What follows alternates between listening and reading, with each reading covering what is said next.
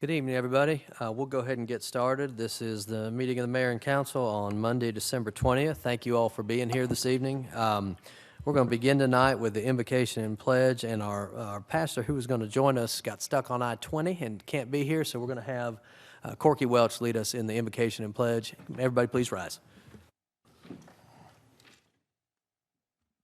Let us pray. Our kind and gracious Heavenly Father, we thank you for bringing us here this evening, Lord, the governing body of this great city that we live in. And we just thank you for bringing each of our citizens out. We ask, Lord, that you be with us tonight as the decision makers for the city of Smyrna. Help us to make the best decisions for everybody here, Lord, not just us individually, but just be with us as we make those decisions. Be with each of us as we go home this evening. Keep us safe. Keep us from harm. In your name we pray. Amen. I pledge allegiance to the flag of the United States of America and to the republic for which it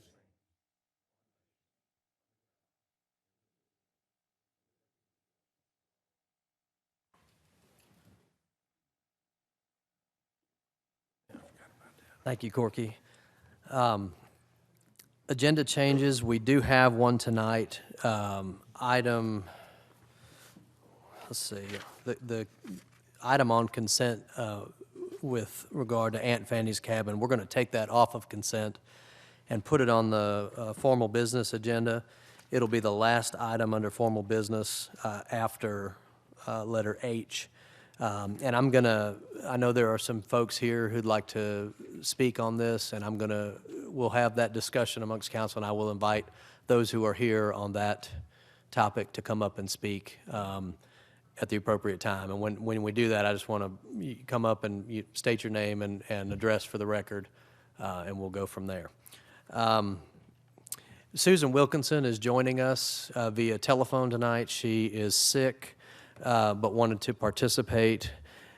And Susan, I'm getting some feedback on the line from your record. I guess you're watching a recording of, or trying to watch us live, but it's a little bit of a delay. So if you can turn that off and just listen through the phone to what we're doing, I'd greatly appreciate it. Thank you. That's okay? Thank you. The mayoral report, I don't have a whole lot tonight. I do want to recognize that we lost one of our great statesmen. Johnny Isakson passed away a day or so ago. I had the good fortune of working as a staff member of his. He was my congressman, and got to spend a lot of time with him. I learned a lot of what I know about being a man and being a father and everything else from Johnny Isakson. Didn't make him a whole lot better. He always went by the motto of you have friends and future friends, and there's always another issue, and I've lived my life by that. And most of the time I ask myself in any situation with hard decision, what would Johnny Isakson do? And that served me well. So my prayers go out to his family, and I hope he rests easy. With that, we'll go on to land issues, zonings, and annexations. We have two tonight. Item A, 2021-134, zoning request. This is a public hearing. Zoning request Z21-006. Allow rezoning from NS to RDA conditional for the development of 12 single-family homes at a density of 5.9 units per acre, 2.03 acres, land lot 700, Atlanta Road and Campbell Road, Morgan Capital and Development, LLC. Mr. Bennett, the background, please. Thank you, Mr. Mayor. The applicant is requesting a rezoning from NS to RDA conditional for 12 single-family detached homes at a density of 5.9 units per acre. The future land use is NAC, and a future land use change to MEDR is required. The Planning and Zoning Board recommend approval by a vote of 6-0 at the November 8th, 2021 meeting, and Community Development recommends approval of this as well. Thank you, Mr. Bennett. This is in Ward 1, Glenn Pickens, and I'm guessing he's going to call up Rusty to give his presentation. Good evening. This zoning request was, it's been about a year in the making, almost. This request went to P&Z back on November 8th. They made a recommendation for approval by a vote of 6-0. The applicant is looking to rezone the property at the corner of Atlanta Road and Campbell Road. It's just over 2 acres in size. They are proposing to raise the site and then build 12 new single-family residences. The rezoning request is taking this from neighborhood shopping down to residential detached attached conditional. And that'll be 12 homes at a density of 5.9 units per acre. If you all remember when they originally submitted, it was for 23 townhomes. We've worked through the process over the past year and brought this request down to 12 single-family detached homes at this point.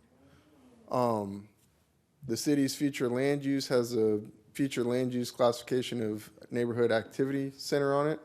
The request is to change that future land use designation and change intensity down to medium density residential. If you look at the adjoining properties, to the north is public institutional, to the east is low density residential, to the south is neighborhood activity center, and to the west is medium high density residential and medium density residential. So you're pretty much all over the board around this thing. This is the proposed site plan. As you can see, these are the 12 single-family homes. The homes for lots 1 through 6, the fronts will face Campbell Road, and for 7 to 12, those fronts will face the stormwater management area, which will be redesigned to be an amenity feature. With this request, you have a front setback of 20 feet, a side of 5, and a rear of 10. And as I explained earlier, the fronts of these lots 1 through 6 will face Campbell Road. It'll have a rear entry garage off a private road. And then 7 through 12 will face the detention area with the rear entry garage off the private road as well. There'll be sidewalks around the development, so you'll be able to be connected to Campbell Road and Atlanta Road, as well as sidewalks through the development to make those connections. This is the new private access road that'll be provided through the development. It's got a minimum width of 24 feet with a 46-foot wide utility right-of-way. This is the location of the stormwater management area. This site abuts a property that's currently under development for a new Methodist church. Their detention pond was sized appropriately to handle the stormwater management for both properties. There is a 50-foot landscape buffer along the property line that adjoins the single-family residential property. And then with this request, the applicant is proposing to enhance this area of the church's property to make it an amenity feature. And then there'll be an additional sidewalk connection. With this request, they're requesting a few variances. The first is to reduce the front setback from 25 feet to 20, reduce the rear setback from 30 to 10, and allow an increase in impervious surface area from 45% to 58%, and then reduce the minimum lot size from 7,200 square feet to 3,100 square feet, and reduce the minimum lot width from 50 feet down to 35. Based on this plan, staff supports those requests. These are the proposed home elevations. It's a 2-story product. It's got a mixture of materials between brick, shake, and board and batten. This subject property, it's currently a wooded lot today. And then some pictures of the adjacent properties. Community Development is recommending approval of the rezoning from neighborhood shopping to residential detached attached for the 12 single-family homes at a density of 5.9 units per acre. With this approval, we're recommending some standard conditions. The first deals with the composition of the homes. The second requires the implementation of a protective covenants on the property. The third ensures a minimum open space requirement. The fourth is the required detention pond and that be screened. The fifth is a requirement for underground utilities. Six requires the developer be responsible for traffic improvements deemed necessary by the city engineer. 7 is a requirement for brick pavers or stamped concrete at the entrance to the subdivision.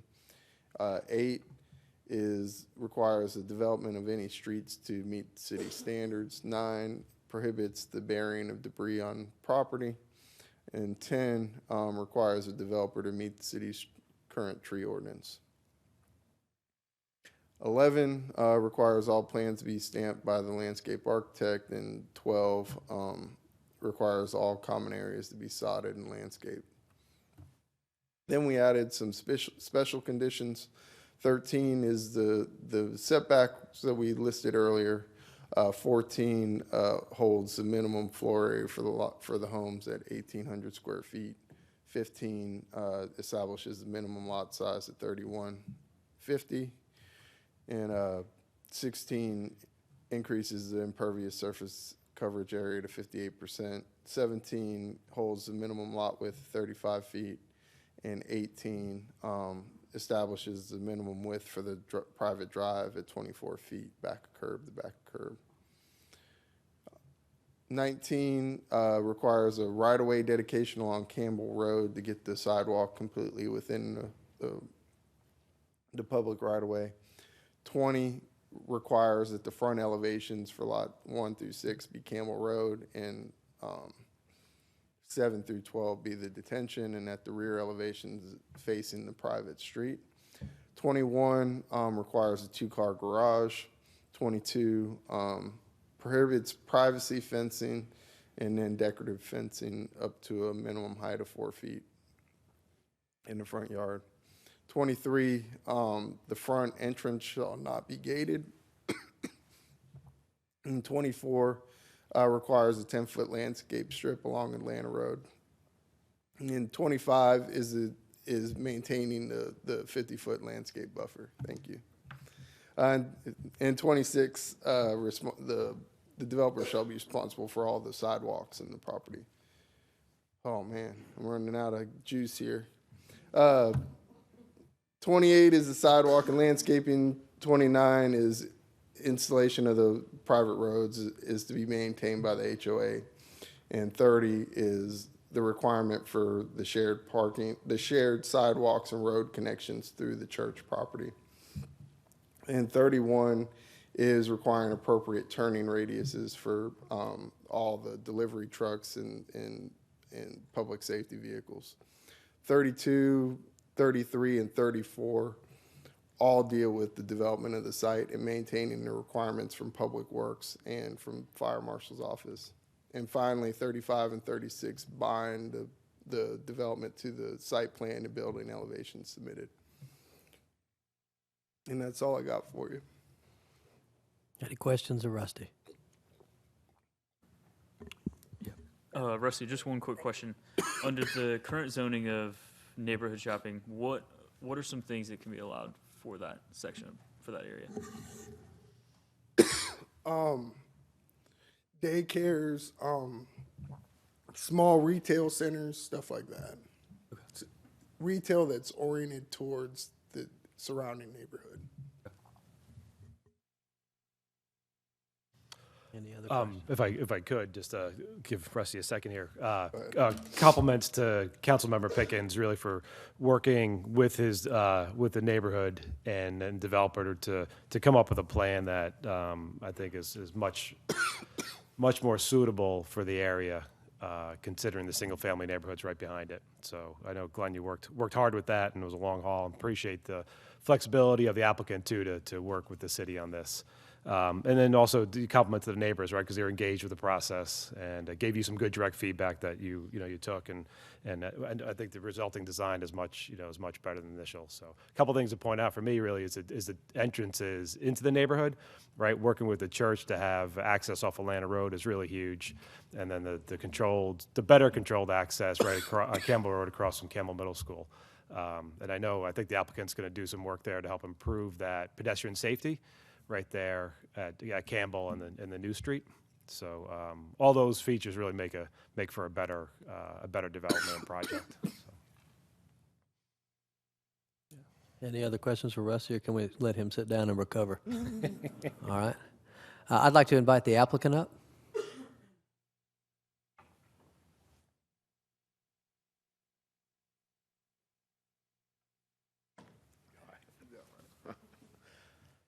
How do I get it to the site plan? Which one of these? It's on there. Oh, it is. Okay, great. Good evening, Mr. Mayor and Council. Kevin Moore here on behalf of the applicant, Morgan Capital and Development, in this rezoning application. I appreciated Rusty's fine job in introducing and presenting kind of some of the details and overview of it. I want to take you through some of the history, kind of fill in some of those gaps for you, and hopefully present to you what we believe is an excellent rezoning application and proposed development here at the intersection of Campbell and Atlanta Road. If we could go ahead and get back the site. There we go. Thank you. Whomever I'm speaking to that did that, so thank you. Okay, thank you for putting that back up. Again, we have the site plan oriented for those looking at your screen, Atlanta Road on the kind of the left-hand bottom part of the screen, and Campbell Road. This is directly across the intersection from the middle school there at this location. It's just over 2 acres. A little bit about the history, and Rusty was correct. It was almost a year ago. This was first filed as a rezoning application for 23 townhomes. We began working and meeting with, I had meetings with some neighbors and had meetings with city staff, and a lot of coordination, again, that was handled through Councilmember Pickens in coordinating dialogue and conversations.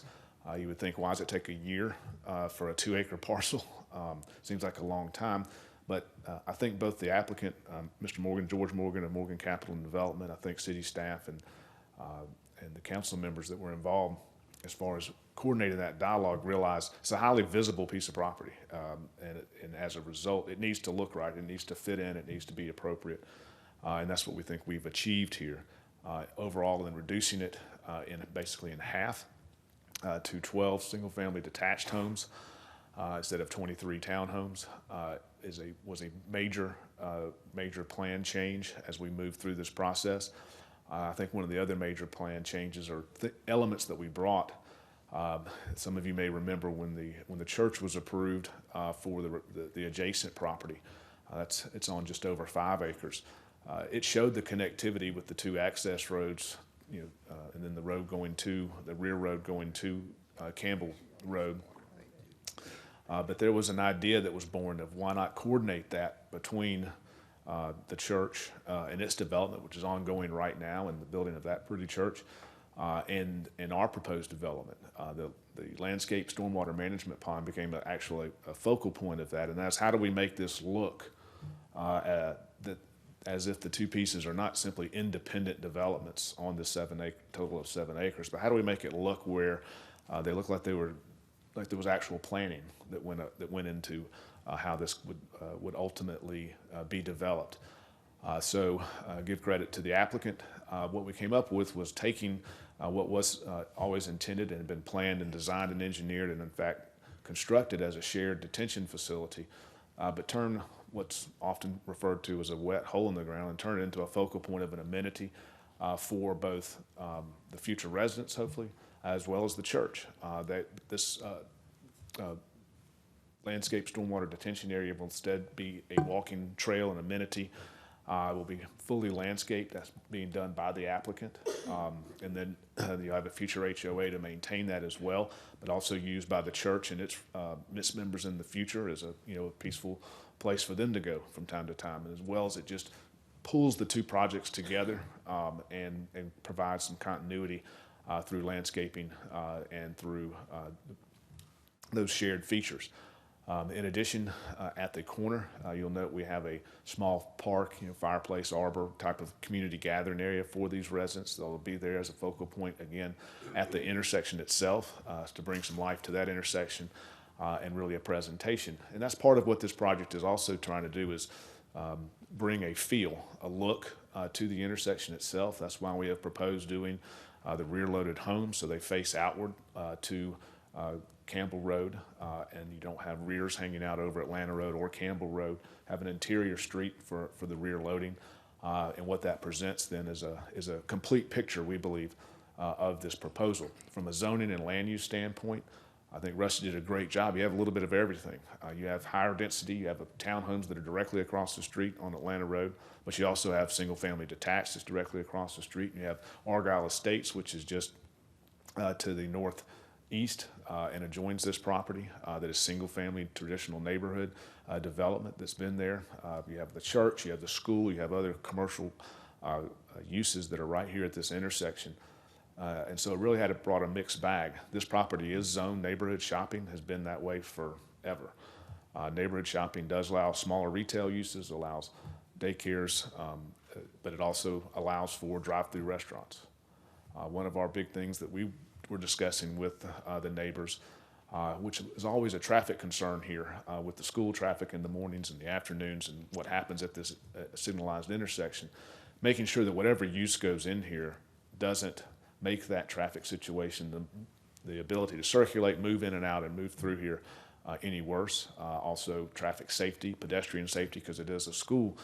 The type of use that goes in here is very important. 12 single-family detached homes, we think, accomplishes that from a traffic impact standpoint. It's extremely minimal, especially compared to the commercial uses for which it's already zoned today and could be used without having to come before this council for drive-through restaurants and the like, which would have, we believe, far more potential adverse impact on traffic, pedestrian safety, and so forth in and out of this intersection.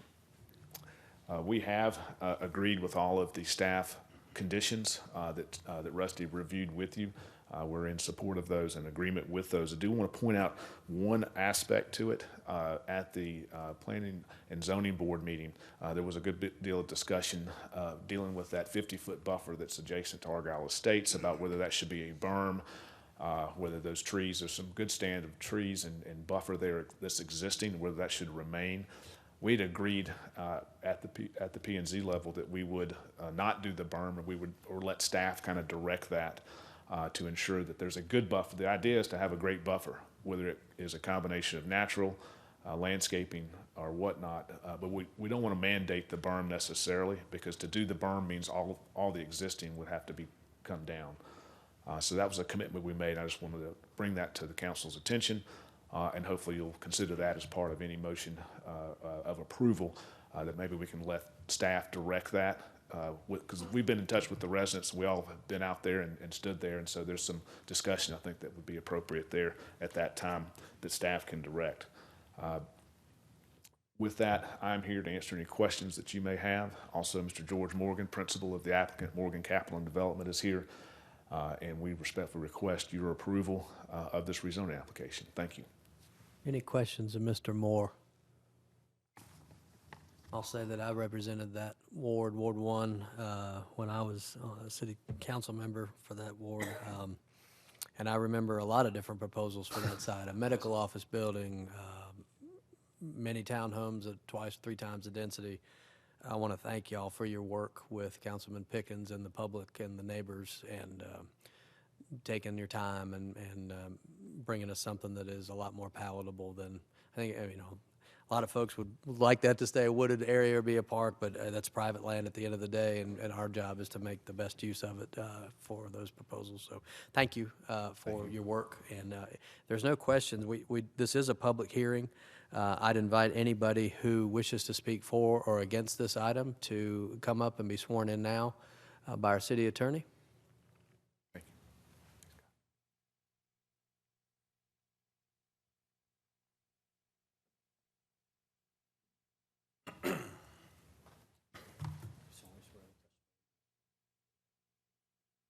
I do. If you'll Hi. state your name and My address name for is the record. Matt Tinknell, and if we could put the site plan back up, I don't know who's controlling that. So my house, I own two lots to the right side of the screen. There's two lots that abut technically the church's property, but I have full visibility of what this development will be. And so I would like to say a few things. Thank you for everyone who's involved. Glenn, I know you worked so hard on this. And I appreciate everyone's effort. I think the residential is definitely way better of a use than some of the things we considered, for instance, the medical office building. So thanks for your diligence and patience there. I do think that 12 units, the density is a little bit too high. I'd rather see 8 units.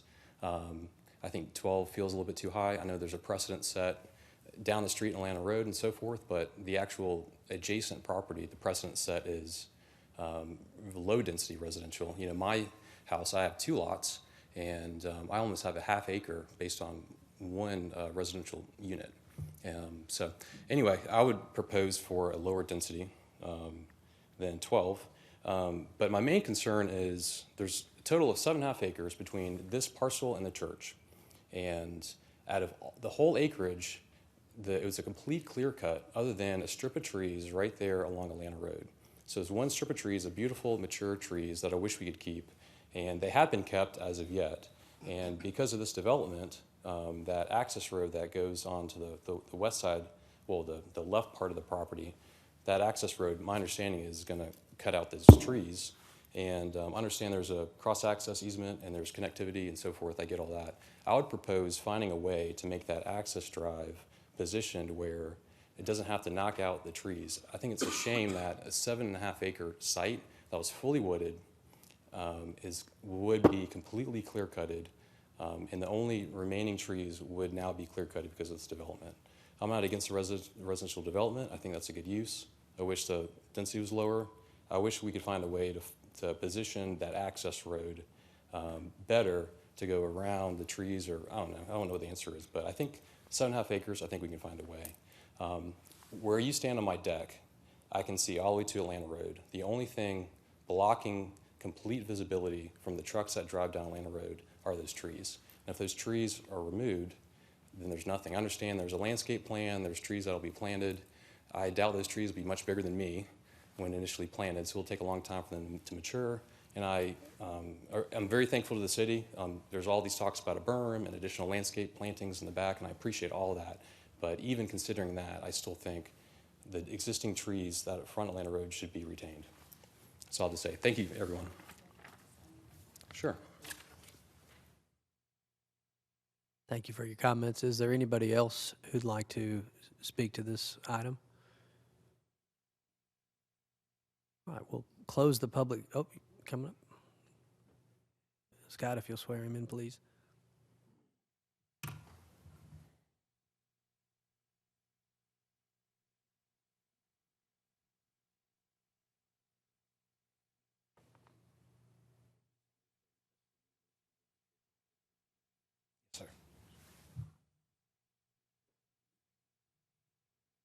Okay, if you'll state your name and address for the record. My name is Mark Smith. I live on 2800 Spring Creek Place. Every time we put a new development in someplace, they put in townhouses across the street, they put in a Winn-Dixie shopping center, and every time something like that happens, it takes a nice big parking lot, lots of parking spaces, lots of roof, but it doesn't leave much land left to absorb the moisture. The moisture runs off, the rain runs off, and floods the creek. There's a lot of people that live alongside that creek. I happen to be one of them. And when the creek floods, we have I think we have a 100-year floodplain. Well, we've had the 100-year floodplain flood 5 times in the last 2 years. So we're putting a lot of stress on the creek, but we don't do any maintenance on the creek. We don't widen the creek, we don't deepen the creek, primarily because it's on private property. But we still have to be responsible for the maintenance there.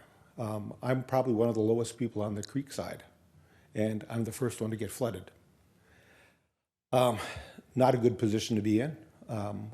I've installed pumps so that my crawl space can stay somewhat dry, but has anybody done the statistics on how much water is going to be displaced? I know we have a pond, but that water soaks into the land soaks into the creek. So when it rains, the creeks flood. And people who live on the creek, they have flood damage to their homes. And the city has an easement, the state has an easement, the county has an easement. We're losing our land just so we can sell another building permit. I'd like to see somebody develop that area. I think that's a great idea. I think putting nice townhomes in the area is a great idea. But we have to have a plan to handle the water. It might only be 5 times in the next 2 years on a 100-year floodplain. There's also the 500-year floodplain, which I hope to be gone by then. But have we done any water studies on drainage? And I'd like to see that done, not just for my sake, but for everybody who lived alongside the creek. Okay, thank you. Thank you for your comments. Rusty, do you want to speak to the stormwater issue and what we're doing not only for this project but also citywide? Yes, this site was unique in that the stormwater management is on the adjoining property, and it was required to manage the stormwater for the entire site. When we go through these rezonings, we require a 10% reduction from pre-development. So we'll do at permitting, we'll do a full hydrology analysis of the site upstream and downstream. And the engineers will come together and make a decision what are the appropriate BMPs for the site to ensure that we're not adversely affecting adjoining property owners from this. Most of this water on this site runs from the church side towards the detention facility, and then everything from the townhomes runs towards the detention facility. Obviously, with this development, in the roadways and all that, you'll collect that water that sheet flows onto the roadways, and then it'll take it to the detention facility. We actually met with a resident this morning who had similar concerns because he abuts the property, one of the single-family neighbors that abuts to the east, and showed him those plans and how all that works and how we evaluate that stuff. I'll be happy to give him my contact information. We'll set up a consultation with him, and we can show him the plans and talk about how we view this stuff. Is that suitable to you to meet with our staff and have some of your questions answered and maybe? Answering my questions would be great. Great. But seeing action taken, because that water is going to end up in my backyard. Okay, that's great, but it's still going to end up, and we've still done nothing about correcting the creek and don't manage the water once it hits the ground.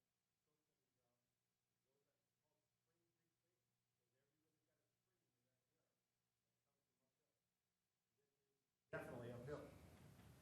So it'd be great to have my questions answered, but sometimes it's nice to have action taken. Rusty, can you set that meeting up? Yep. Okay. Thank you so much. Anybody else want to speak for or against this item? All right, seeing none, we'll close the public hearing, and I will turn it over to Mr. Pickens. Thanks, Mayor. Actually, I have one question for Mr. Moore. If you, as part of your plan, are you going to also clear out the overgrowth and brush in the right-of-way between at the intersection right there? Because there is a lot of overgrown brush at the intersection of Campbell and Atlantic, and we would love to be able to do that. Okay. It's So- city property because it's city right-of-way, so that needs to be coordinated through staff or through the city procedures for doing that. But if you'll let us, we'd love to. Yeah, so you'll agree to an added stipulation on this? Yes, happy to. Okay. Okay, cool. Thank you. Yeah. And then if I could, just one question for Mr. Moore. Could you just describe, if you happen to know, what pedestrian safety devices will be installed outside the neighborhood right at the crosswalk for Campbell Middle School? What's been suggested to us is for sure we're going to have a crosswalk on our side, and then work with staff to coordinate what some pedestrian safety there. Whether it's oftentimes it's just making sure you have appropriate signage, lights, and so forth. Flashing lights and those types of things, and signage and crosswalks, and making people aware of it, and a designated place for people to cross. as opposed to free flow, and that's when you have problems. Sounds good. Thank you. Yeah, Thanks. thank you. Mr. Pickens? Thank you. As I think Rusty said earlier, this is taking about a year to get where we are now, and this is probably the sixth or seventh site plan that we've worked through, and significantly better than what they started out as 23 townhomes, and I think it's a much better fit for the community than having a strip center right there. So based on discussion tonight and the added stipulation of clearing out that corner, I'll make a motion to approve. I have a motion to approve by Mr. Pickens. Do I have a second? Second. Second by Mr. Gould. All those in favor, please vote.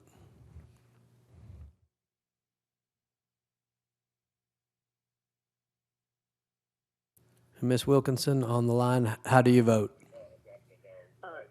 Yay. Ms. Wilkinson votes in the affirmative.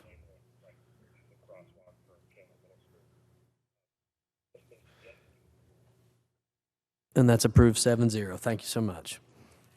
Item B, 2021-616, public hearing, kick off the 5-year update of the City of Smyrna 2040 Comprehensive Plan, Community Development Department. Mr. Bennett, the background, please. Yes, sir. The City of Smyrna City Council is required to hold an initial public hearing regarding the start of the city's 5-year comprehensive plan update. This is in order to brief the community on the process to be used to develop the plan and opportunities for public participation in plan development, and to obtain input on the proposed planning process. The Department of Community Affairs, also known as DCA, requires an update to the city's comprehensive plan every 5 years. The current comprehensive plan was adopted in 2017. Therefore, an update is required to be submitted to DCA by October 31st, 2022. The 5-year update requires the city to update the following key elements of the 2017 comprehensive plan: the needs and opportunities, vision and goals, transportation, economic development, land use, broadband services, which is a new requirement, and a community work program. Community development will coordinate with the stakeholder committee and the Atlanta Regional Commission over the next year to update the comprehensive plan. Additionally, there will be other opportunities for the public at large to provide input into the update in order to ensure that the plan reflects the full range of community needs and values. The comprehensive plan for Smyrna, Georgia is mandated by the Georgia Planning Act 634, Georgia Law 1989, page 1317 through 1391. Also, this act requires that each jurisdiction in the state prepare and implement a comprehensive plan, which is reviewed by the Regional Development Center. Staff recommends Mayor and Council hold a public hearing per Section 1504 of the Smyrna Code to announce the process for the comprehensive plan as required by the Rules of Georgia Department of Community Affairs, Chapter 110-12-1, Municipal Standards and Procedures for Local Comprehensive Planning. Thank you, Mr. Bennett. Rusty, is there anything to add to that background? No, Mr. Bennett did a great job of summarizing it. We'll kick off here with the steering committee and figuring out who's going to be sitting on that committee. And then we'll hold that initial meeting, and then we should move forward with the public input with open houses, online surveys. We'll probably attend the Jonquil Festival to solicit some perspective on projects and stuff like that. We should have the first draft that should be ready to send to ARC and DCA towards the end of August. And then once we get the comments back from them, we would submit it back to them, address those comments and submit it back to them in October. And that will make sure we maintain our qualified local community designation so we can maintain our options for grant funding. Any questions, Rusty, or any discussion? All right, with that, I'll turn it over to Mr. Oh, this is a public hearing. Is there anybody here who'd like to speak for or against this item? All right, seeing none, we'll close the public hearing, and I'll turn it over to Mr. Pickens. Thanks, Mayor. I'll make a motion to approve 4B 2021-616. We have a motion. Do I have a second? Seconded by Mr. Lindley. All those in favor, please vote. And I should note that Dr. Wheaton is away on travel this evening. Ms. Wilkinson? Yay. Okay. Ms. Wilkinson votes yes, and it's approved 6-0. Thank you. We'll move on to privilege licenses. We don't have any. Item 6 is formal business. 6A 2021-609, approval of the appointment of Ward 2 resident Jonathan Howard to the Planning and Zoning Board. This is a 2-year term that will expire December 31st, 2023. Mr. Wagner. Thanks, Mr. Mayor. Yeah, I think Jonathan will be a great asset to the Planning and Zoning Board. He lives off of Spring, and I think he's going to do Ward 2 proud. And with that, I will make a motion to approve item 6A as previously read. Have a motion. Do I have a second? Seconded by Mr. Pickens. All those in favor, please vote. Ms. Wilkinson? Yes. Okay. Ms. Wilkinson votes yea, and that's approved 6-0. Thank you. Item B, 2021-605, approval to amend the budget for items not included in the fiscal year 2022 budget adoption for a total amount of $246,500. Mr. Bennett, the background, please. Thank you, Mr. Mayor. During fiscal year 2022, several expenditures have occurred that were not included in the adopted budget. Some of these items include merit raises and police raises have been discussed with council at previous meetings for approval. Some have not. For financial reporting purposes, we need to amend the budget to cover these expenditures. We'll be using a combination of excess revenues over budgeted amounts and general fund reserves, which is the fund balance for this purpose. Thank you, Mr. Bennett. Any discussion or questions among council? Mr. Lindley, will you handle this item, please? Yes, thank you, Mr. Mayor. Motion do pass as read and presented. I got a second by Mr. Welch. All those in favor, please vote. Ms. Wilkinson? Yes. Okay. And that's approved 6-0. Item C, 2021-613, approval of amendment number 5 to the Community Development Block Grant, CDBG subrecipient agreement, number CD20, C20SA-A, and CD20-C20SA-F to extend the termination date for the agreement to June 30th, 2022, and authorize the mayor to sign and execute all related documents. Mr. Bennett, any background, please? Yes, sir. Over the past several years, CDBG funds invested in the city have paid for numerous public improvements, and the city of Smyrna continues being a subrecipient of the Cobb County Community Development Block Grant Program. Effective January 1st, 2022, the subrecipient agreement is amended to reflect the changes as noted. All other language, requirements, and provisions of the original subrecipient agreement shall remain unchanged and in full force. The termination date for the agreement as amended shall be extended to June 30th, 2022. Staff recommends approval. Thank you, Mr. Bennett. Mr. Pickens, will you handle this item tonight? Yes, I'll make a motion to approve 6C 2021-613. Have a motion seconded by Mr. Wagner. All those in favor, please vote. Ms. Wilkinson? Yes. And this is approved 6-0. Thank you. Item D, 2021-614, approval of contract with DHS, for low-income household water assistance program to accept assistance payments from DHS on behalf of Smyrna utility customers with outstanding balances and authorize the mayor to sign and execute all related documents. Mr. Bennett, the background, please. Yes, sir. LIHWAP, which stands for Low Income Household Water Assistance Program, is a federal program that helps low-income households pay for drinking water and wastewater for their homes. This program will help our residents pay their home water bill if the water bill is in their name or if they can verify that they are experiencing a water burden. The Consolidated Appropriations Act 2021, which is Public Law Number 116-260, which was signed on December 27th, 2020, included $638 million in funding with instructions for the administration for children and families within the U.S. Department of Health and Human Services to carry out grants to states, territories, and tribes to assist low-income households with water and wastewater bills. Additionally, on March 11th, 2021, the American Rescue Plan Act of 2021, which is Public Law 117-2, appropriated an additional $500 million to the new LIHWAP effort.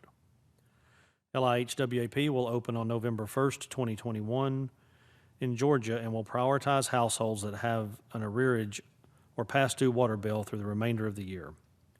On January 3rd, 2022, the program will begin serving households that contain seniors 60 years of age and older, and households that contain children 5 years of age and younger. All of the households will be eligible to receive LIHWAP assistance beginning February 1st, 2022.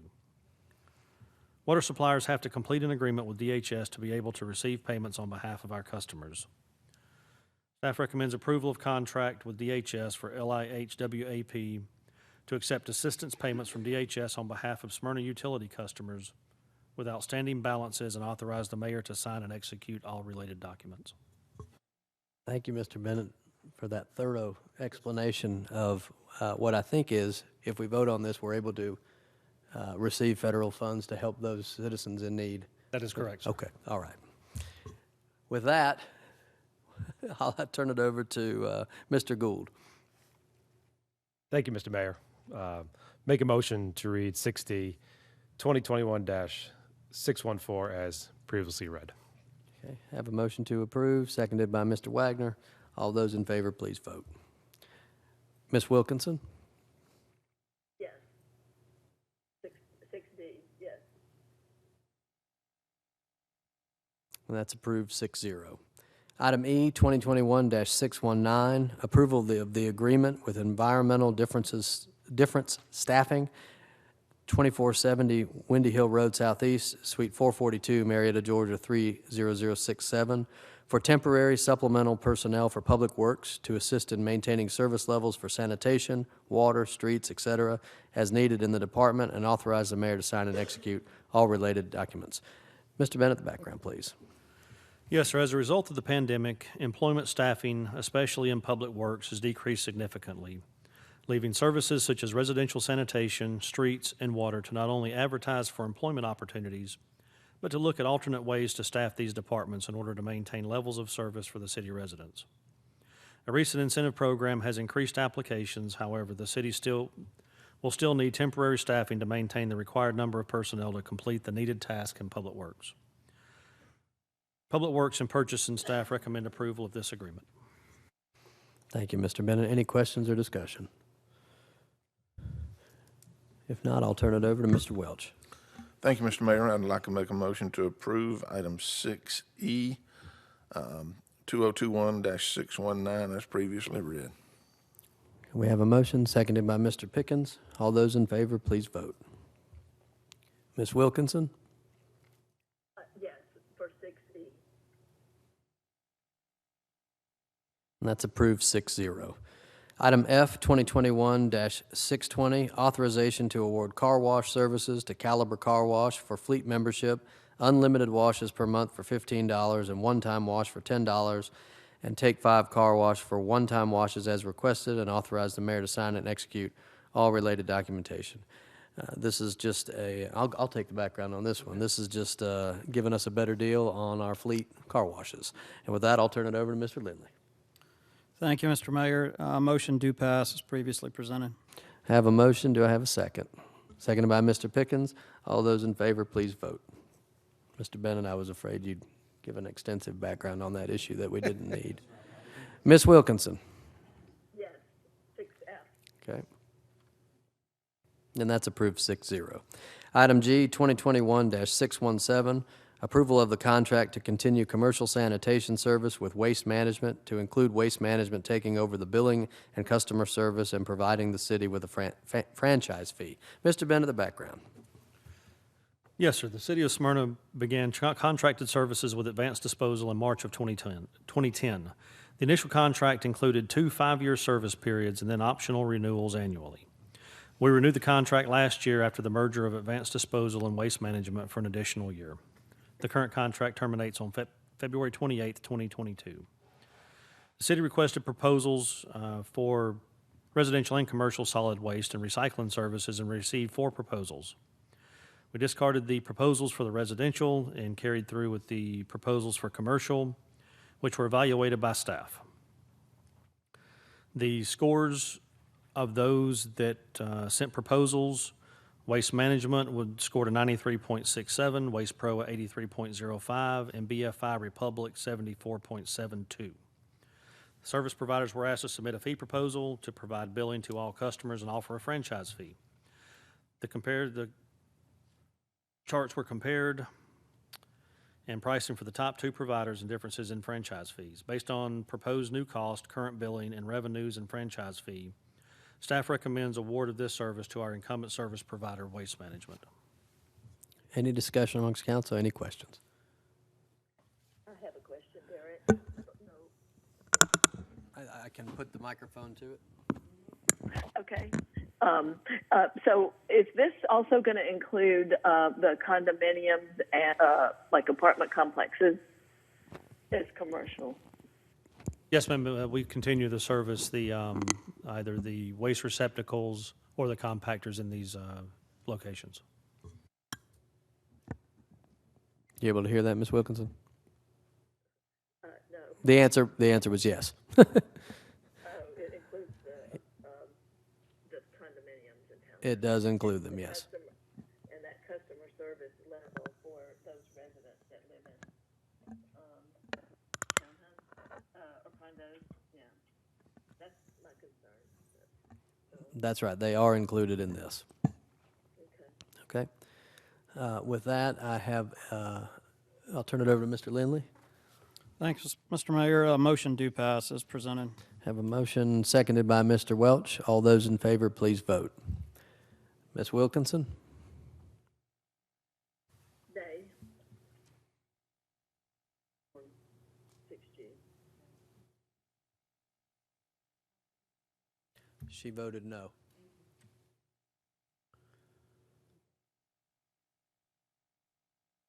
And that's approved 5-1 with Ms. Wilkinson voting in the negative. Item H, ordinance 2021-23, approval for the amendment of the Code of Ordinances as it relates to membership of the Parks and Recreation Commission members and to authorize the mayor to sign and execute all related documents. Mr. Bennett, the background, please. Yes, sir. The Parks and Recreation Commission shall consist of 8 members who shall serve without compensation, and each of whom shall be a resident of the city. Each council member shall appoint 1 commission member. The 8th member, the mayor's appointee, shall be a resident of the city to serve at large. The initial term of office shall begin on the first Monday of each year after a general municipal election and shall be for 2 years. The subsequent term during a term of mayor and council shall begin the first meeting of mayor and council in the 3rd year of the term of that mayor and council and end at the end of the term of that mayor and council. In the event of a vacancy, any appointment by the governing body shall be for the unexpired portion of such term. Additionally, the mayor and members of the Parks and Recreation Committee shall be ex officio members. Thank you, Mr. Bennett. Any discussion? All right, we'll turn this over to Mr. Lindley. Thanks, Mr. Mayor. Motion do pass as presented. Have a motion seconded by Mr. Gould. All those in favor, please vote. Ms. Wilkinson? Yes. She votes in the affirmative on item H, and that's approved 6-0. Now this is our item that we moved over from consent. It's actually item K here, item 2021-622, authorization to begin the process to solicit proposals for the sale and removal of Aunt Fanny's Cabin Building, 2875 Atlanta Road, Smyrna, Georgia 30080, with the stipulation that if no acceptable proposals are received, the building will be demolished. Mr. Bennett, the background, please. Yes, so the Future of Aunt Fanny's Cabin Task Force recommends the authorization to begin the process to solicit proposals for the sale and removal of Aunt Fanny's Cabin Building, 2875 Atlanta Road, Smyrna, Georgia 30080, with the stipulation that if no acceptable proposals are received, the building will be demolished. Thank you, Mr. Bennett. I'm going to turn it over to our one of the co-chairs of the task force, Mr. Lindley, to present. Mr. Mayor, I'd like to make a motion to table this item until January 18th. Okay. We have a motion to table this item until January 18th. Do I have a second? Ms. Wilkinson has seconded. We'll have the vote now. All those in favor, please vote.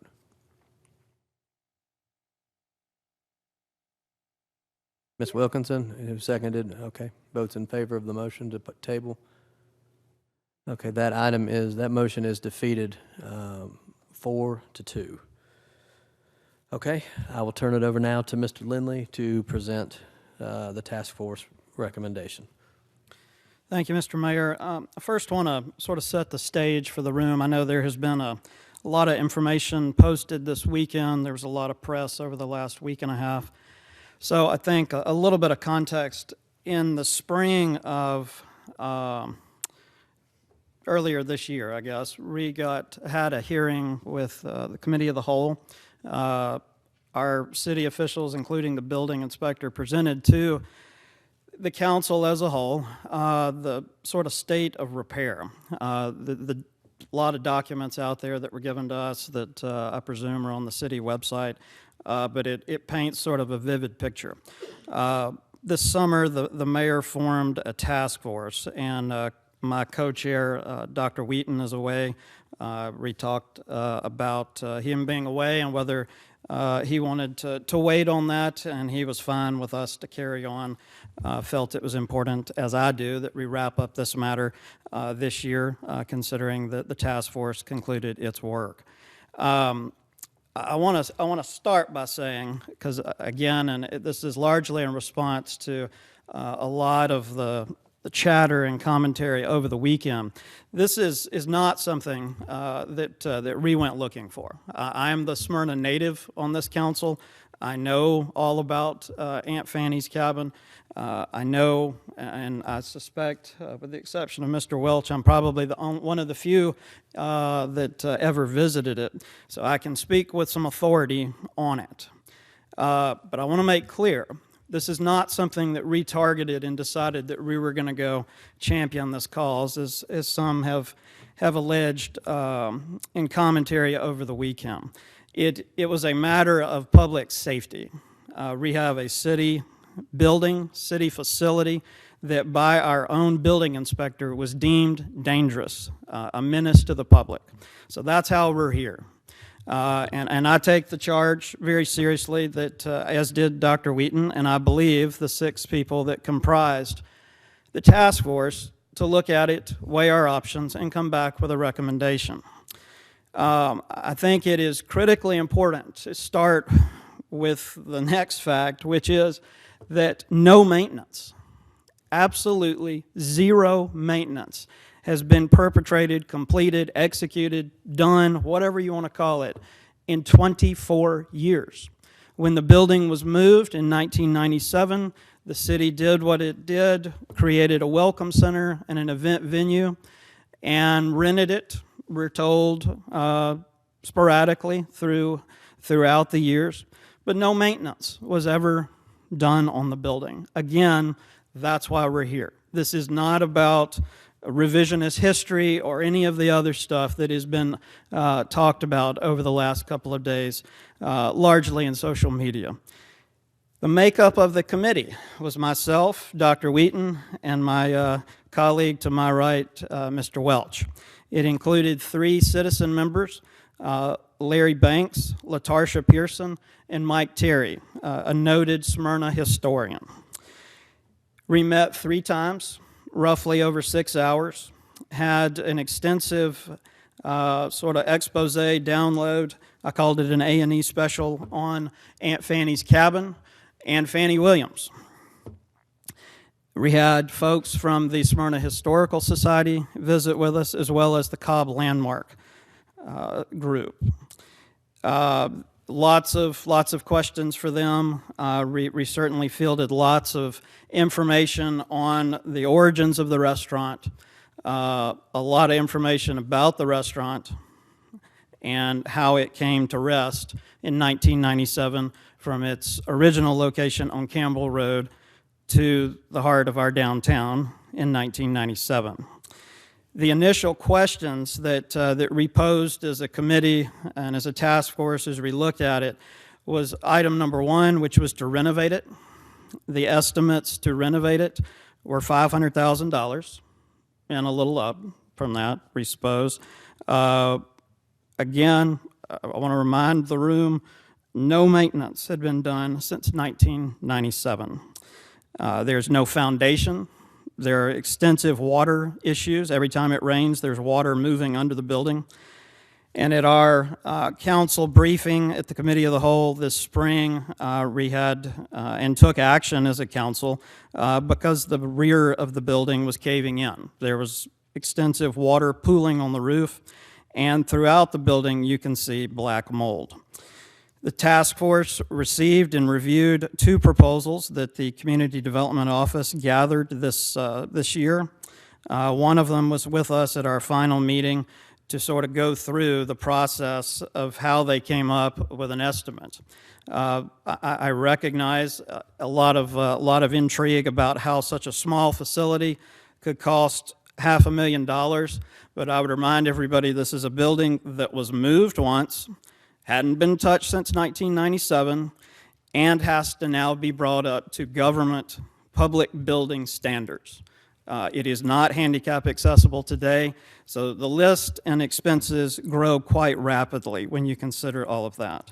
Option 2 was to rebuild it, take it down to the ground, save the fireplaces, and rebuild it. Their estimate was around $400,000. I would note at the third meeting, a third party was brought in at the request of Mr. Mike Terry, who vouched largely that the numbers in the renovation cost as well as the rebuild cost seemed about accurate. And after extensive discussion with our committee and task force, no one really challenged those numbers. Option 3 was to demolish the facility, which I think would be minimal cost and is simply probably something our public works folks could handle. There would need to be a lead and asbestos abatement done. Option 4, which we brought to discussion sort of late, but it was heavily discussed at the third meeting, was allow it to be moved. After conferring with city council, or rather the city attorney, he felt that proper safeguards could be put in place to allow private group or citizen to move it elsewhere to their own property.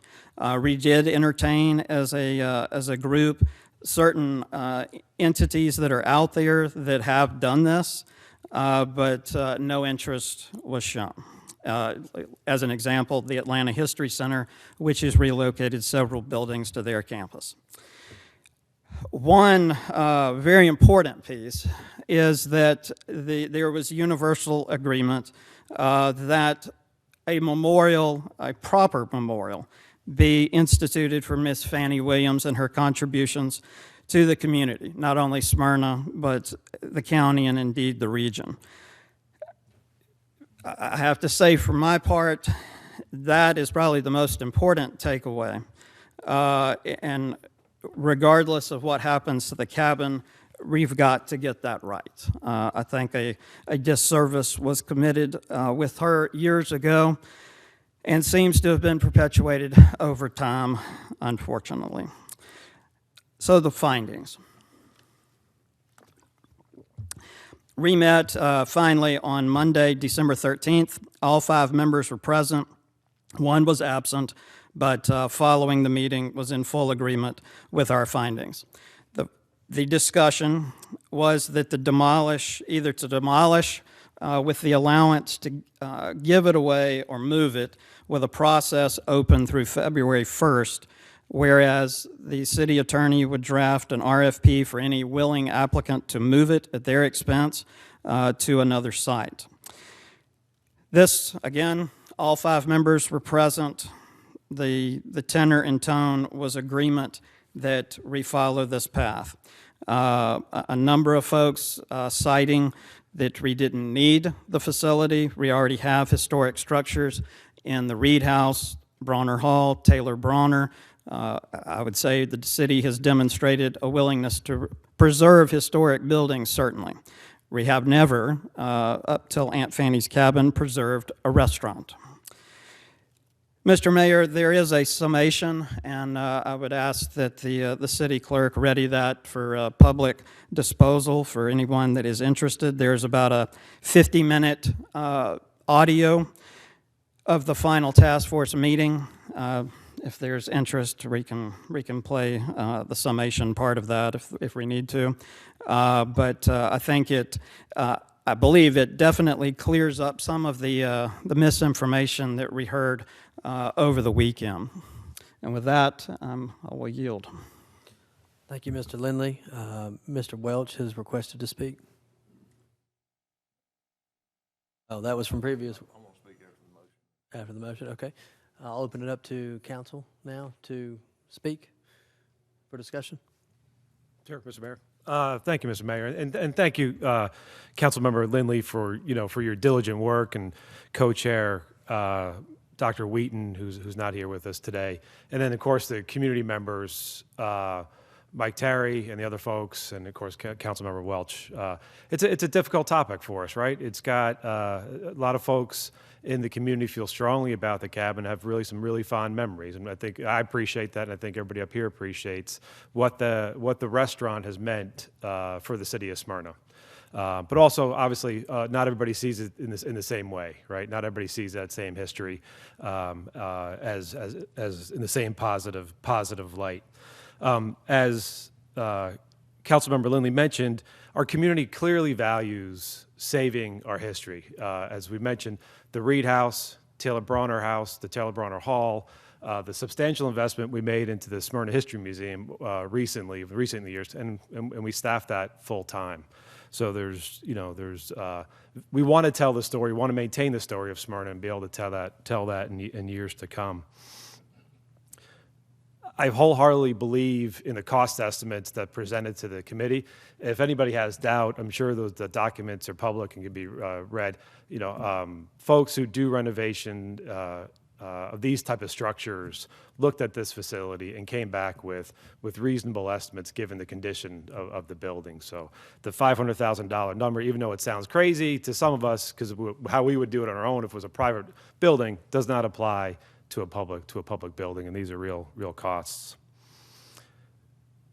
So we're left with the decision to spend substantial public funds to rehabilitate a building, again in the range of $500,000, or potentially memorialize Fannie Williams and the positive memories that many of our residents have in a more creative way, while balancing out that the restaurant's marketing strategies over the years represents a very, very painful past for a substantial part of our community. That's a very difficult thing for us to wrestle with. So it's my personal opinion, it's not a worthy investment for the city, particularly since we have the Smyrna History Museum 10 feet away from that structure, which was built for this exact purpose, was to, again, tell the story of Smyrna. So that's how I look at it. It's a fairly matter-of-fact financial decision of where we should spend our public funds. Thank you, Mr. Mayor. Thank you, Mr. Gould. Anybody else would like to speak? Mr. Wagner? Yeah, I want to thank the comments that came before. I think, we've heard it suggested recently and throughout this process that demolishing this or letting it leave the city's property would be that we're trying to erase our history and erase the history of Fannie Williams. I think that couldn't be further from the truth from what we've suggested, what we've talked about, what we want to do to be able to honor her. When this came up in the original task force meeting, I think we all expressed that in some way, that no matter what came out from this, we wanted to ensure that we do what we could to tell the true story of Fannie Williams, not the story that's being told by this building. And I think this building and this restaurant used what's essentially a caricature of Fannie Williams for marketing for their restaurant, to try to get people to come and tell their version of this story that we all know now isn't true. Fannie Williams, from what we've learned through this process, was an incredible woman and did a lot of great things for the community, for the city, for the area, and we should honor that.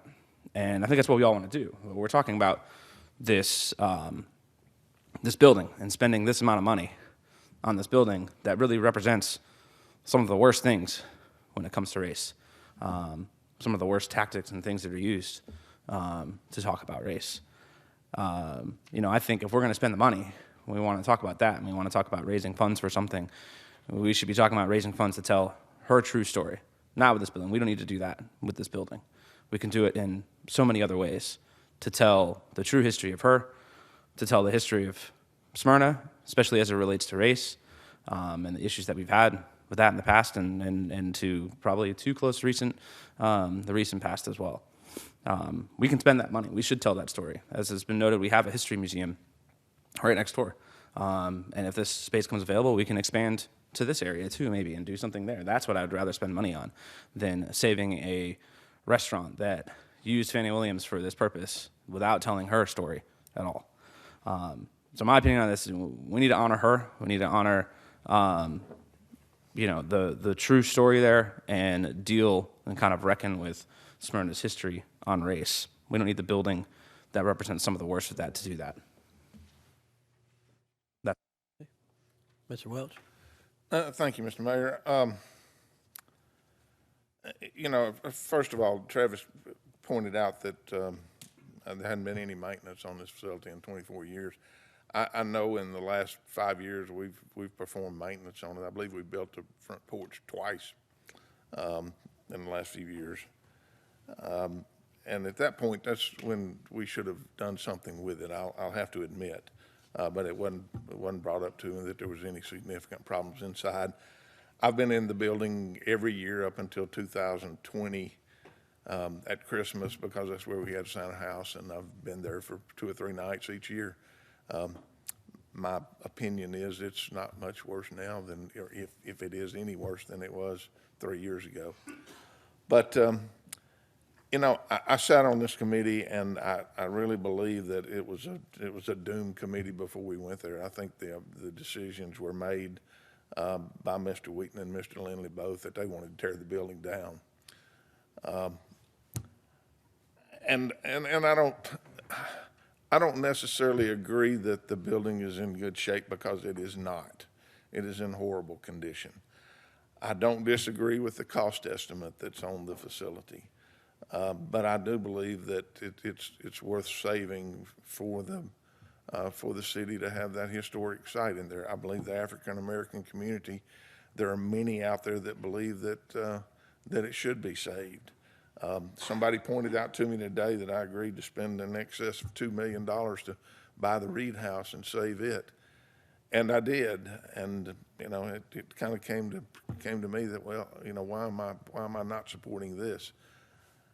So, with that, I want to be able to save the building. In all honesty, I would hope that over the next few weeks that we have someone or some group that comes forth and agrees to take it as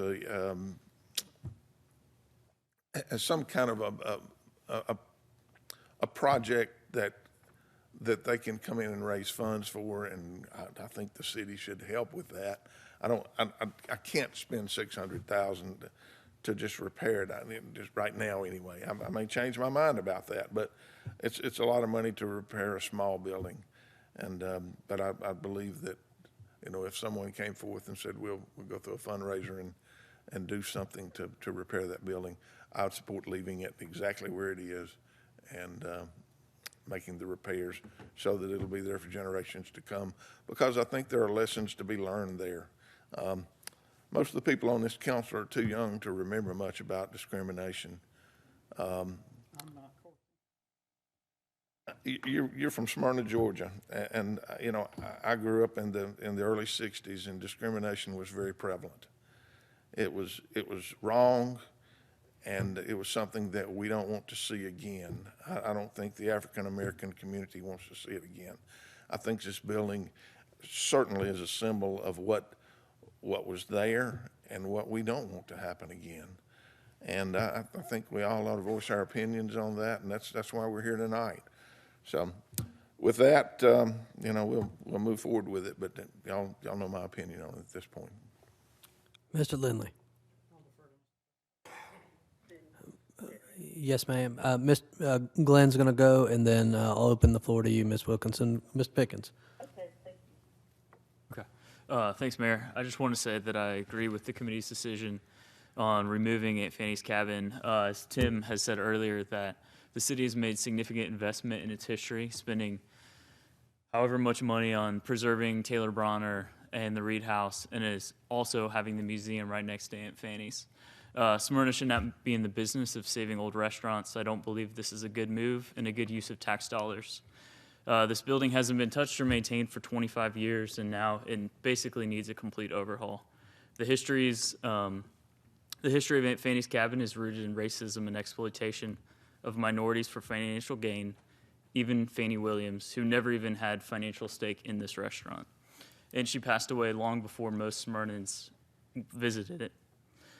This council has been clear on our stance towards racism and discrimination, and moving forward, we cannot separate the two from this building from its racist past. Fannie Williams deserves to be celebrated, and we all agree on that tonight, and celebrated for her historic accomplishments in advancing civil rights. And this building does not do that. Thank you, Mr. Pickens. Ms. Wilkinson. Thank you, Mayor. So I've heard a lot of emphasis from my fellow council members about it being a restaurant. And it was a restaurant, but it was also something else before it was a restaurant. And it was a home of sharecroppers, which I really think it also has an important part of our history. And I also think that the history before it was a restaurant is important. But I think that we have received some amazing emails from citizens of the city that talk about their ideas and ways that the Aunt Fanny's Cabin can be used. And I just feel like it's very important that we listen to some of these ideas and embrace them and be open to the citizens. And they are, because that is, after all, why we're all serving on this council, is for the citizens. And then I also want to address the amount of money. It is a lot of money, but since I've been on the council for 10 years, I see us spending a lot of money on things that, to me, are probably not even as important as this is to tell our history and to tell about Aunt Fannie Williams and her struggles.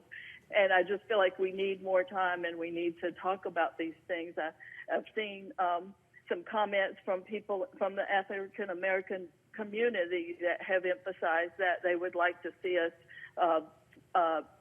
save it and even look into it a little bit more, and they have shared their thoughts and ideas with us. As far as the cost, I know I heard Councilman Welch bring up a couple of things about the funds, but what I recall is we bought the Reed House for $1.8 million, and then we spent $1.9 million renovating it. And I know it's a bigger house, but I think that as far as importance to our community, and from what I'm hearing from other people, it doesn't make this one less important. And I just feel like that there may be some ways or opportunities from the community, and I really feel like we should be more open to hearing from those community members. So, okay, with that I yield. Thank you. Thank you, Ms. Wilkinson. Any other comments from council members before we open it up for public comment?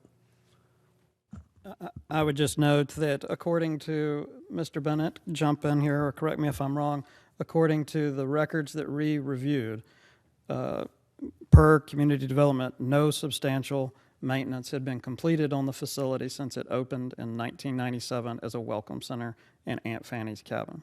We have no records of any, no, sir. Other than I guess Councilman Welch may have some background information, but there are no records to indicate that nothing substantial. And at present, there are supports holding up the rear of the building, which is actually the newest part, because there was water pooling on the roof. So there, again, we get back to that deemed unsafe by our building inspector. This was not something that a member of council or the mayor or the city administrator took lightly. It was our building inspector that deemed it unsafe for the public. I would note that the makeup, to Ms. Wilkinson's comments, the makeup of the committee comprised 3 African Americans who spoke passionately about memorializing Fannie Williams, but were equally passionate about their disdain for this facility being on city property and in the city arsenal of event venues. So I didn't want to let that get by. And I would note, Mr. Welch, the committee was not doomed from the get-go. I sort of take umbrage with someone questioning my integrity.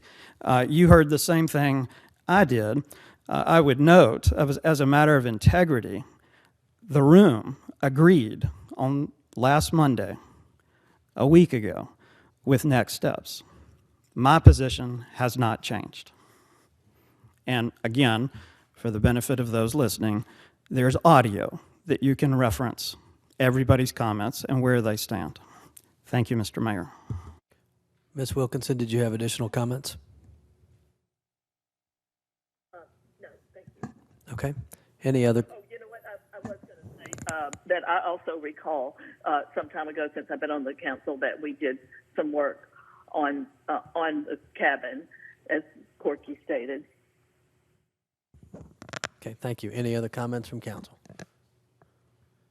Okay, with that, I know there are folks here to speak on this topic, and I would invite you all up to the microphone.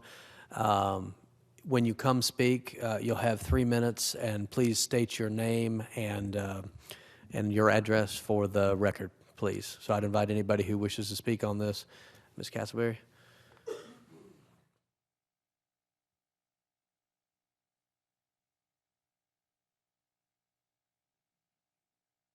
My name is Lisa Williams Castleberry. I live at 2600 North Road, Smyrna. I've lived in Smyrna all of my life, and I worked at Aunt Fanny's Cabin when I was in high school, early 70s. So I know what it represents, and I am in agreement of having it demolished. But please do something for Fannie Williams. I think she deserves to be honored. Thank you.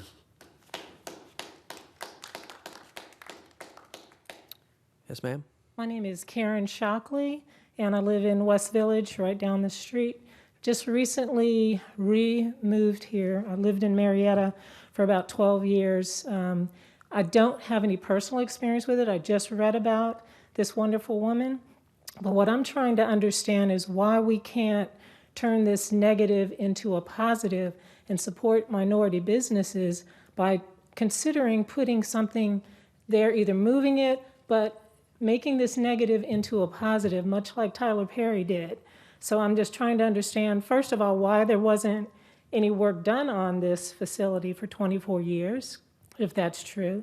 Secondly, I'm trying to understand why, with statues being moved, whatever the racial controversy is, why aren't we making a negative into a positive by supporting minority businesses on these properties, rebuilding them, renovating them? You can keep up one wall and build around it. You can move it. But why aren't you reaching out to the African American community of business owners, as I am, to try to help us to try to figure out how we can make this something that the entire community can appreciate and still honor this wonderful woman?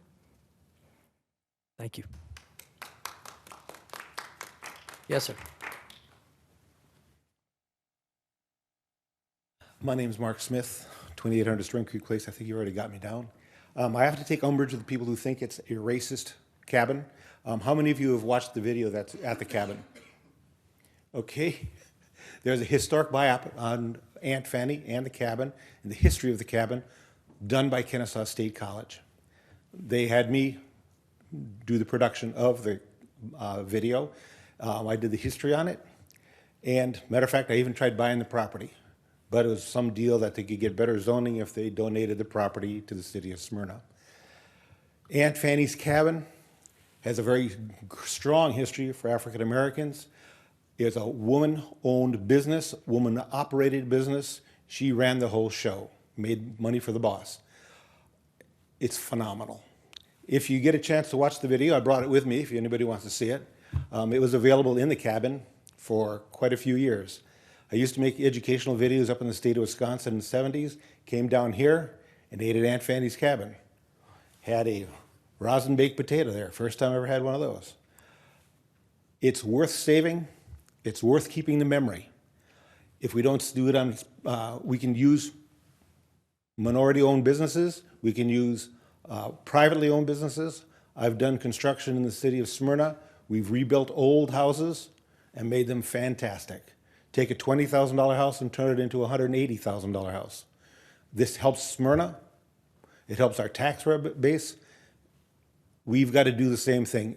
The fact that the building was donated and no maintenance was done, shame on Smyrna.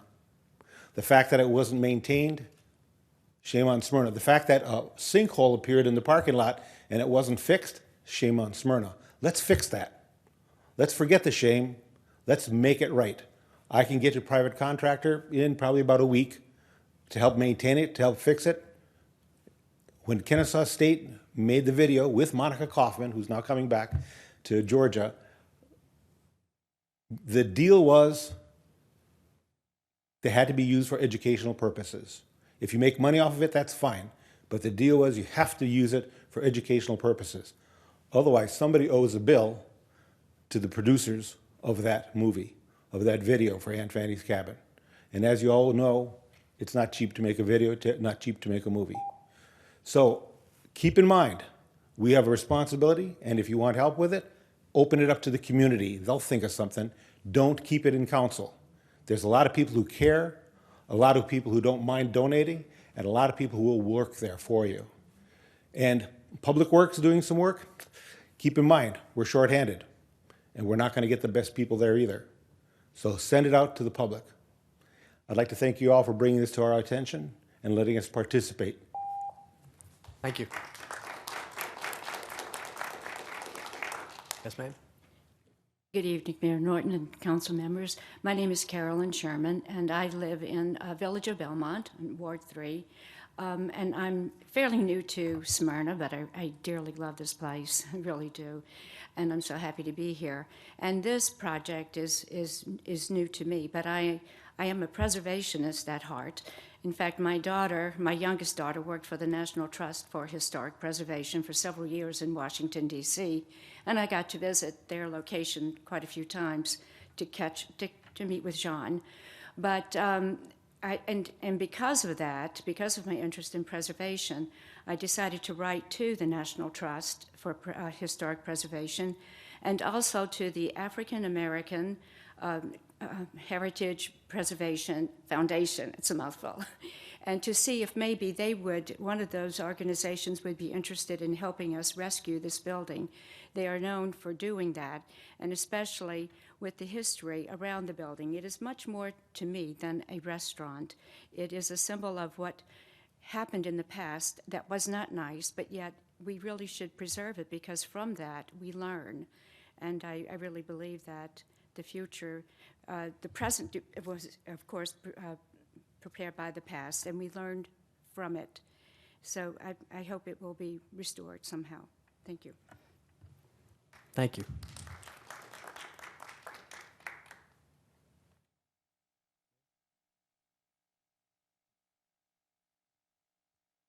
My name is Pat Burns. I live at 10 Concord Road, Southwest. I live in a house over 150 years old. The floors, you pour something on the floor in one room by accident, and it rolls into another room. That's the life of an old building.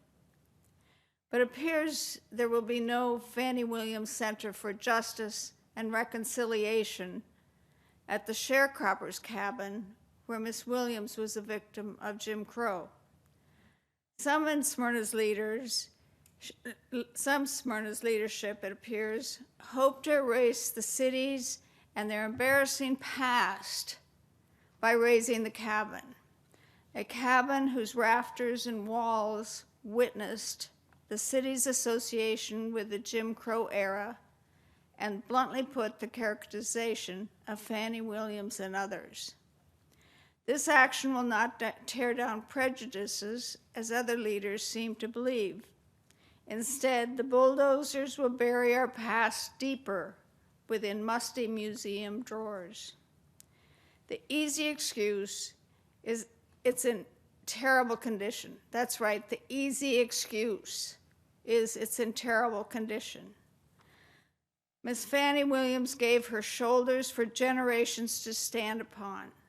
Her leadership is an example of rising above one era and becoming a precursor to the civil rights era. Miss Williams deserves more than a feel-good plaque or paver.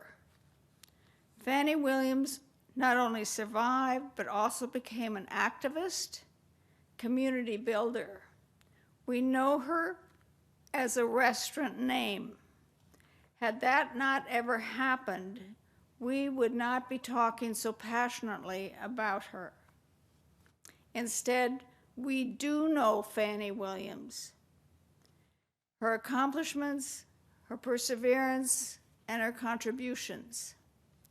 Therefore, no price tag should prevent honoring Miss Williams and transforming the old sharecropper's cabin to a Fannie Williams Center for Justice and Reconciliation, something only Smyrna would have.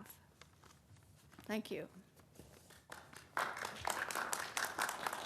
Thank you.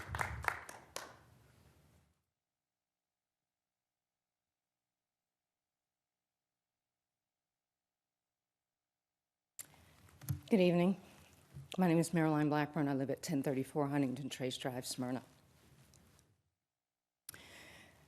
Today I sent a notice, an email to council members sharing that this is not about a small group of individuals making a decision on something that is historical in Smyrna. It's about the 56,000 plus individuals that live here who need to be part of this discussion, and they have not been. What we're seeing here with the Aunt Fanny's Cabin is it's a historical landmark. We talked about earlier that the Reed House was restored. We spent $1.9 approximately $1 million to restore that. That was a house. It was still a building that you're saying is historical. This is historical as well. What we fail to realize is that in the house and in these walls, what Miss Williams did was she exudes the strength, the courage, the perseverance, the faith, the compassion, the intelligence to make sure that our community was a community of one. This is not a time to stand by and allow this chapter of Smyrna's history, which is chapter 1890, to be swept under a rug. As painful as it may be, there is a balm, a healing balm, that can heal and restore this community as one. It can be utilized to educate. Yes, this shows what Smyrna was, but Smyrna is much bigger to show where we are now by accepting that what happened in 1890 and 1997. Mr. Welch, your concern for the financial side of the restoration, as I said earlier, we spent money to restore the Reed House, and it was just a house. Why can't we utilize funds to do the same here? Because it's a part of this history and of the community, one that we should not take lightly.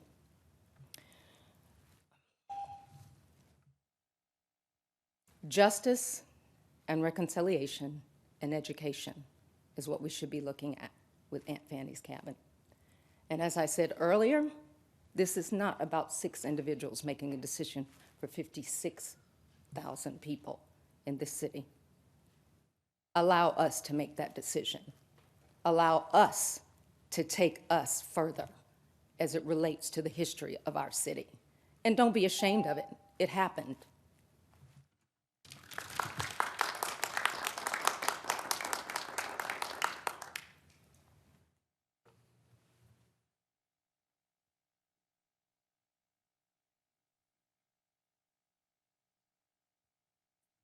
Good evening, Mayor and Council. My name is Sean Martin, and I reside at 2884 Anderson Circle. I just want to read to you the email that I sent earlier this afternoon, and it was the post that generated a lot of buzz. And it reads, Good afternoon, Mayor and Council. The article below was recently shared on social media in hopes to offer a perspective on Aunt Fanny's cabin that would encourage all to honor her memory appropriately. It sparked lots of engagement with over, actually right now, 950 reactions. And I ask that you please table the vote until a time when a replacement/action is deemed acceptable and resources allocated before the removal of the cabin. At the very least, seek input from more than 6 voices. The Racial Trust Building Initiative is the perfect place to dive deeper into meaningful discussion about how this narrative and its harm can be rightly positioned in Smyrna's history books. We all deserve that. Start of the post. In light of the recent vote this coming Monday, 12/20/21, to demolish release Smyrna's Aunt Fanny's cabin, it is important to put a face with a name. Fannie Williams, aka Aunt Fanny, was a brilliant, resourceful woman who understood the Jim Crow system and worked it to serve the needs of the African American community. Her story is one of resilience, fortitude, grace, humility, and activism. Her life was hard, her commitment to a greater cause was evident, and she persevered through it all. Her recipes and cooking put Smyrna on the map as prominent people came from all over the U.S. to get a taste of authentic Southern cooking. And this fact alone is central to Smyrna's history. She understood that her brand was key to her own success and hence that of her community, allowing her the ability to secure donations to ultimately co-found Cobb County's first Black hospital. This is what I call a victim turned victor in the grand scheme of things. This would ultimately be the reason why she would be targeted by the KKK and other hate groups, and yet she persisted. With no offspring to give her proper burial, her body rests somewhere unknown. Her honor deserves more. While it is true the building embodies the spirit of the worst of humanity, it is a missed opportunity to not repurpose its presence to tell her story of resilience and fortitude, which is also a reflection of Smyrna as well. What once was a city that prided itself on 0% Black population is now one of the most diverse communities in Cobb County. My hope is that Smyrna do her memory justice and not reduce her contribution to a bronze plaque to be forgotten and trampled on. Cancel culture robs us of the redemptive blessings of the human experience. Fannie Williams was much too important for that.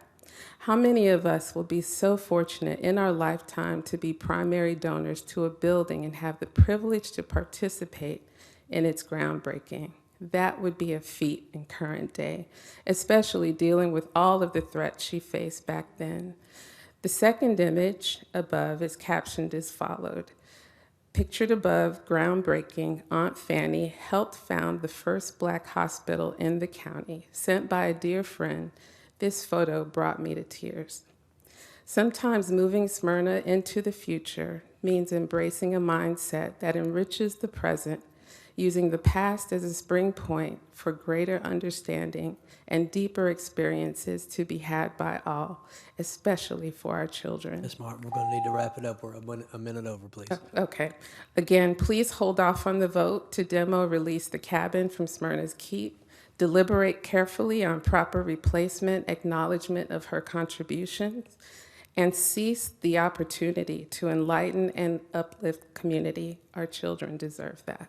Thank you. Thank you. Is there anyone else here tonight who'd like to speak on this item? All right, seeing none, I will turn it back over to Mr. Lindley. Thank you, Mr. Mayor. I think we've had a good dialogue, and I do thank everybody for their comments. One of the egregious things, and I want to say again, there is universal agreement, I believe, at least the last time we talked about it, there was universal agreement to recognize Franny Williams for her contributions and to memorialize that in this community. I, for one, believe she was done very wrong, and to a number of you that sort of spoke to her life. She persevered through a lot. And Dr. Wheaton, I encourage everybody to take a listen to the audio of our final meeting, because there were some poignant comments made by some of those on our task force. I would say one of the most egregious things for me is that we are told by the historians in our community that she was a valued member of the community, which I don't think any of us are going to argue that. I again will say I think this body wants to recognize her for those contributions, and frankly, to right a wrong. What I think is up for debate is the folks that positioned her in her role with that restaurant, which, as Mr. Pickens noted, and as our historian on the task force, Mike Terry, noted, she never had any ownership interest in it.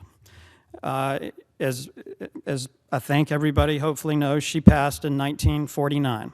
The restaurant was roughly, I think, about 15 or 20 years old at that point, had achieved some modicum of success at that point. And when she died as an alleged loved one in that family, she wasn't buried in Smyrna. She wasn't buried anywhere near Smyrna. Smyrna has a historic African-American cemetery right down the road. She's not buried there. She's buried in an unmarked grave south of Atlanta. So there is a great disconnect when I hear about her role with that family that put her in a position that they made money off of. There were 3 owners that were told before it finally went out of business in 1992. So part of, I think, wrestling with the realities of that building, it all comes back for me to a really bad story. And I think we need to break that trend. Recognize the woman that did great work in our community and our county for a lot of people. And again, I believe she was wronged. So history can judge us accordingly. But with that, Mr. Mayor, I move do pass with the recommendations from the task force. I have a motion do pass. Do I have a second?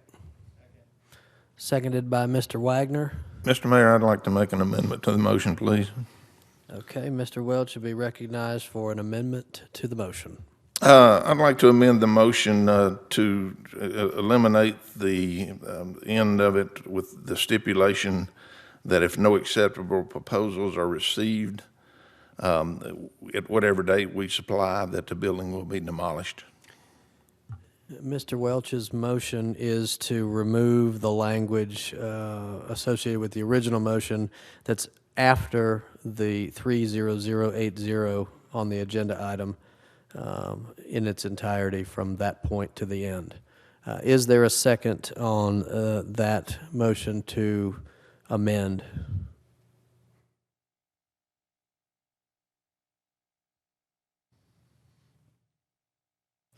Okay, that motion dies for lack of a second. So now we have a motion. Ms. Wilkinson?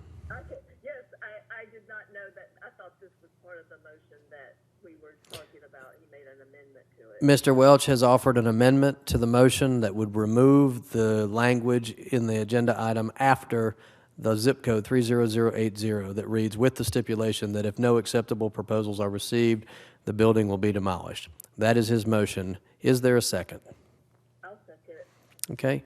Ms. Welch has seconded that motion, so now we will vote on the motion to amend. Mr. Mayor, can we have just discussion and commentary about that? We can have as much discussion as anybody wants. Thank you. So I'd say one thing of note is that my points, and I think other folks on the council tonight, is there's no hard desire. There's a desire to find a solution that appropriately honors Fannie Williams and potentially allows private folks to come and do something with the cabin, or who knows what, right? So those things are still open. So I think that should be understood by the community, that our desire is to reach a positive outcome with the problems that face us. It's not to necessarily demolish a building, but it's to reach a positive outcome. So I just say that before we vote on this motion. Any other comments before we vote on the motion to amend? I have a question. is there a time limit that was with the sale of with opening up for proposals before the city demolishes it? What is that? Mr. Lindley? Mr. Welch can speak to his amendment. My understanding is that strikes everything. The underlying ordinance, our action this evening, and recommendations from the task force are that a period starting tomorrow through February 1st, RFBs be accepted for any party that wishes to move the building off-site, off city property. Should no RFPs come in or be deemed acceptable, then the building will be set for demolition. And that period for the receiving proposals goes through what date? February 1st, and there has been no date set or recommended prior to action. We left it at council's advice to sort of take that as we get them. Okay, so now we are back to the motion to amend. Is there any other comments on this motion before we vote? The real reason I've made my motion to this extent is I would hope again that between now and February 1st that we see some proposals come in with a plan to keep the cabin. And my own personal preference would be to keep it on the site that it's on, adjacent to the museum. So that's the reason for this motion. I really don't want to see it go away. I think there's a lot of people in Smyrna that want to see the cabin stay. I've read a lot of those emails and a lot of those comments, and a lot of the people don't want to get rid of the cabin. So I would hope that between now and then we'll see something that'll come in that will change our course of action. Any other comments before this vote is taken? Okay, the motion on the floor is to amend the original motion. It was seconded by Ms. Wilkinson. All those in favor, please vote.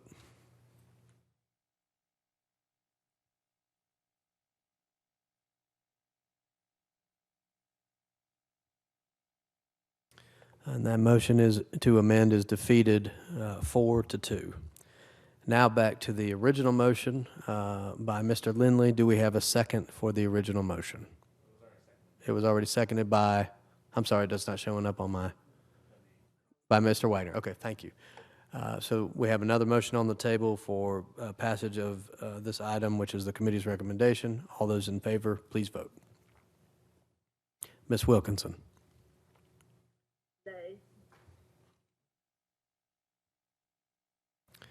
All right, that item is approved 4-2 with Mr. Welch and Ms. Wilkinson voting in the negative. All right, we will move on now to commercial building permits. We have none. Item 8 is the consent agenda. Mr. Bennett, can you please read the consent agenda for council approval? Yes, sir, Mr. Mayor. Item A, MIN 2021-92, approval of the December 2nd, 2021 Committee of the Whole meeting minutes. Item B, MIN 2021-90, approval of the December 6th, 2021 pre-council meeting minutes. Item C, MIN 2021-91, approval of the December 6th, 2021 mayor and council meeting minutes. Item D, 2021-604, approval of the reappointment of Ward 2 resident Darby Whalen to the Parks and Recreation Commission. This is a 2-year term that expires 12/31/2023.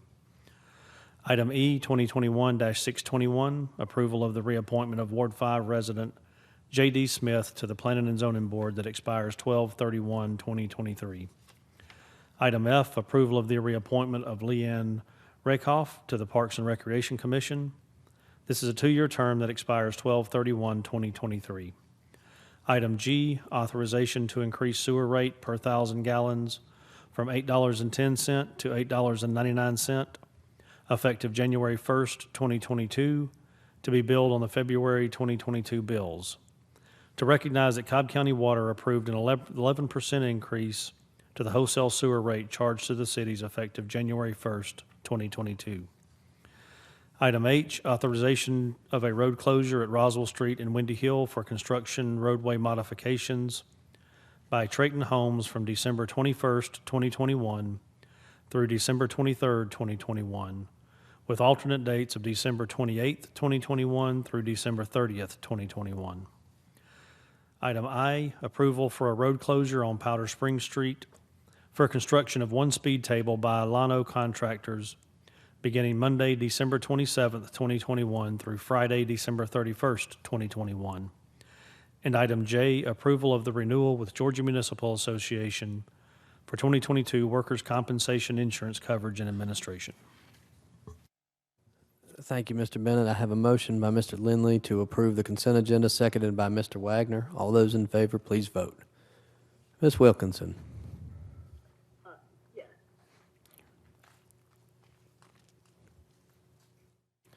And that's approved 6-0. Item 9 is ward or committee reports. Ms. Wilkinson, we'll start with you tonight. Well, thank you. I will say that I'm not feeling very well, so thank you for allowing me to do it from, virtually tonight. It was important, but I'm not feeling well. I did get a COVID test today, so I will know if that's, what it is or if it's just some other, problem. But anyway, thank you. With that, I yield. Thank you, Ms. Wilkinson, and thank you for not coming here and sharing the way you feel with all of us. Mr. Pickens. Thanks, Mayor. No report this evening. Mr. Wagner. Just in light of all that, to remind everyone to get tested before and after you have some family gatherings this holidays, and just try to be smart and cautious as we go through. Mr. Lindley. Thank you, Mr. Mayor. Happy holidays to everyone. Thank you. Mr. Welch. Just wanted to wish everybody a Merry Christmas and a Happy New Year, and we'll see y'all next year. Mr. Gould. Thank you, Mr. Mayor. Likewise, Merry Christmas, Happy Holidays, and be safe. But also want to thank all folks for coming out tonight. These are challenging things we talk about, and we don't take it lightly up here. And there's a lot of different ways to look at these issues. So appreciate your input and appreciate you coming out. Thanks. Joe? No, sir. You've said enough tonight? Sir, I have said Okay. enough. All right. Mr. Cochran. Ms. Heather. Okay. Item 10 is show cause hearings. We have none. Item 11 is citizen input. We had 7 sign up, but 6 have already spoken. The last speaker that signed up is Montserrat Knowlton, 1367 Poplar Point.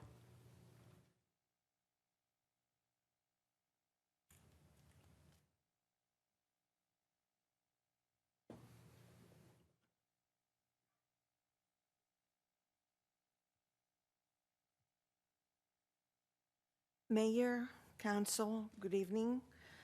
My name is Montserrat Knowlton, 1367 Poplar Point. Let's talk about the history and racism in Smyrna. According to historian William Marchioni, African Americans were 13% of the population of Smyrna in 1872. In 1915, Fred Morris's family owned the Reed House. And while he served as Smyrna city attorney, he was party to the lynching of Jewish merchant Leo Frank in Marietta. By 1920, there were 17 black households in Smyrna.